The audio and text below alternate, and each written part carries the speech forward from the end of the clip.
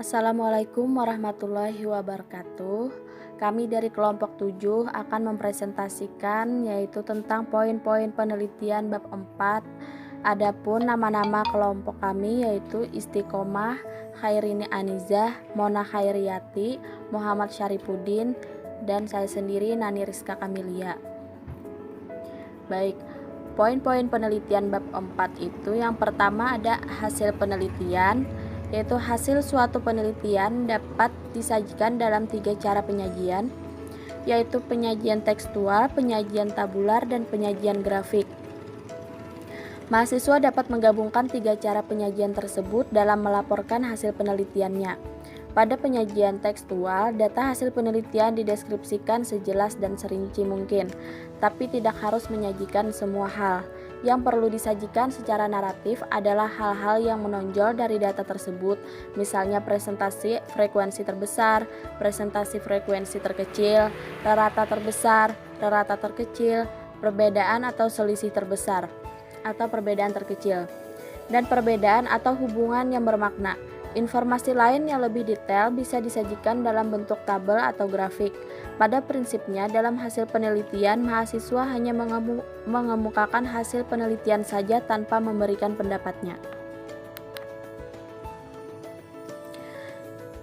Ini adalah contoh hasil penelitian yang kami ambil dari judul Hubungan antara pantang makanan dengan penyembuhan luka perineum di Ruang Mawar RSI Jemursari, Surabaya, yang disusun oleh Rentika Fitri Marcelina, Universitas Nahdlatul Ulama Surabaya, FKK, Prodi D3 Kebidanan.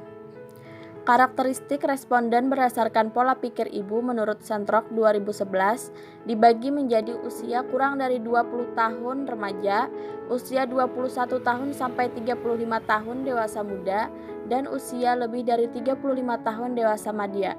Dapat dilihat dalam tabel 5.1 di bawah ini.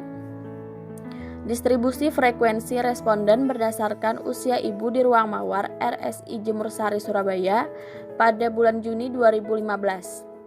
Yang pertama, usia ibu ada kurang dari 20 tahun, frekuensinya ada 2, presentasinya ada 5%. Yang kedua, usia ibu dari 21 sampai 35 tahun, frekuensi 30, presentasinya ada 79%.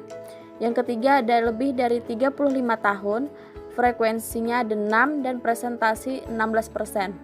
Jumlah keseluruhan frekuensi yaitu 38 dan presentasi 100%. Berdasarkan tabel 1 menunjukkan bahwa dari 38 responden, hampir seluruhnya atau 79% berumur 21 sampai 35 tahun. Yang kedua ada pembahasan. Dalam menulis bagian pembahasan, mahasiswa menjelaskan secara teoritik mengapa hasil penelitian ditemukan seperti yang telah dijelaskan pada bagian hasil penelitian. Penjelasan harus dibuat baik pada hasil penelitian yang sesuai dengan hipotesa maupun yang tidak sesuai. Dalam menuliskan pembahasan, mahasiswa juga menerangkan persamaan dan perbedaan hasil penelitian dengan penelitian-penelitian terdahulu. Penjelasan dapat dilakukan dengan fokus pada aspek teoritik dan aspek metodologis. Pada aspek teoritis, perlu dijelaskan dan dibandingkan antara premis-premis yang sudah digunakan untuk membangun hipotesa dengan kenyataan empiris yang ditemukan dalam penelitian. Bila teori yang ada masih belum mampu menjelaskan fenomena tersebut, maka dapat digunakan asumsi-asumsi ilmiah dengan menggunakan logika, baik deduktif maupun induktif.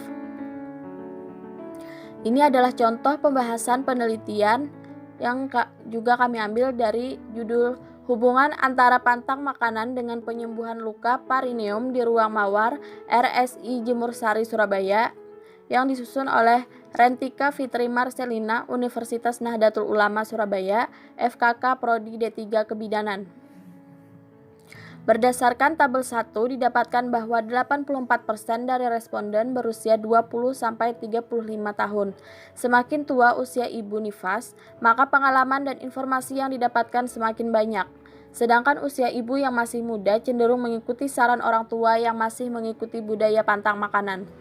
Menurut seorang ahli psikologi perkembangan, Sentrok 2011 yang dikutip dari Hanif Nifirman 2002, bahwa orang dewasa bahwa orang dewasa muda termasuk masa transisi, baik transisi secara fisik atau physically transition, transisi secara intelektual atau cognitive transition, serta transisi peran sosial atau social role transition.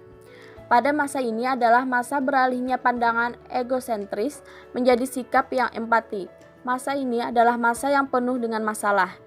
Jika seseorang tidak siap untuk memasuki tahap ini, dia akan kesulitan dalam menyelesaikan tahap perkembangannya. Karena kondisi seperti inilah, sehingga Ibu Nifas yang berada pada kelompok umur 20-35 tahun akan cenderung mengikuti budaya pantang makanan yang diajarkan oleh orang tua maupun lingkungan sekitar. Pada umur 20-35 tahun, kondisi emosionalnya tidak terkendali, ia cenderung labil, resah, dan mudah memberontak, serta emosi seseorang sangat bergelora dan mudah tegang. Hanif Novierman 2011. Itu saja yang dapat kami sampaikan. Terima kasih atas perhatiannya. Mohon maaf jika ada kesalahan. Assalamualaikum warahmatullahi wabarakatuh.